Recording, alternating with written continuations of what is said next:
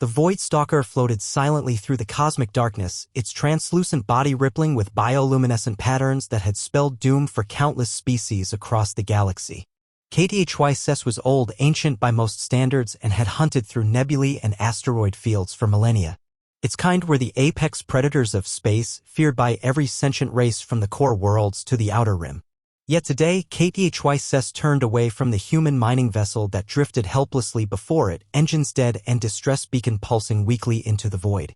Why? Clicked its hunting partner, Zvex, in the subsonic language of their kind. Easy prey. Their ship is damaged. No escape. KTHYSS tendrils curled inward, a gesture of deep unease. Not humans. Never humans.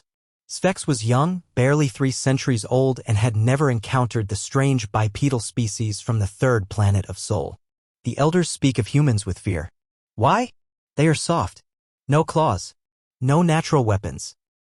They die from simple vacuum exposure. Come, KTHYSS vibrated, pulling Zvex away from the tempting target. I will show you why.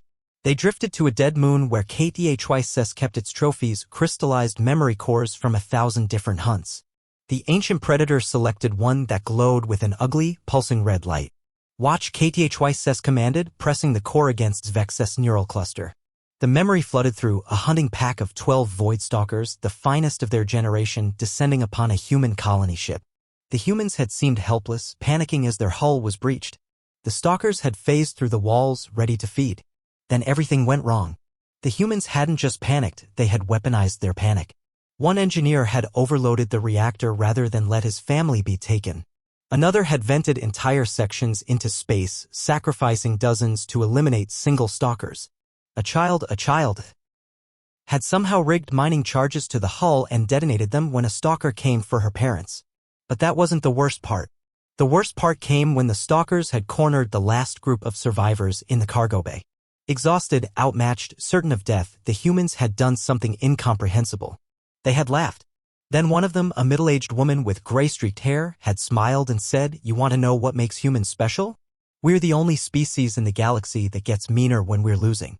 The survivors had linked their suits' power cores together, creating a feedback loop that turned the entire cargo bay into an electric death trap.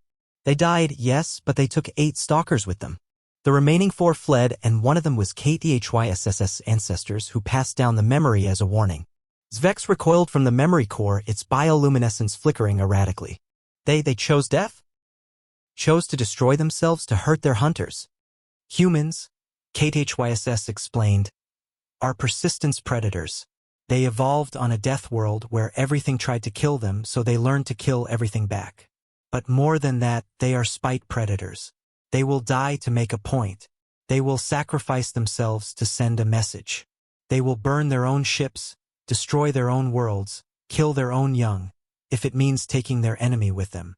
KTHYSS gestured toward the disabled mining vessel. Look at them now. Helpless, you think? That distress beacon isn't calling for help. It's bait. They know we're here. They're hoping we attack. Because humans don't just want to survive. They want to make sure that whatever kills them regrets it for the rest of its very short life. Zvex shuddered, finally understanding. The elders were right to fear them. Fear. KTHYSS patterns shifted to something like amusement. No, young one. We don't fear humans. We respect them. Because in all the galaxy, they alone understand what we understand, that sometimes the most dangerous predator is the one willing to die for the hunt. They drifted away, leaving the human vessel untouched. Behind them, the distress beacon continued to pulse, and deep within the ship, disappointed humans slowly powered down their improvised weapons. The hunt would continue another day with other prey. But never humans. Never again.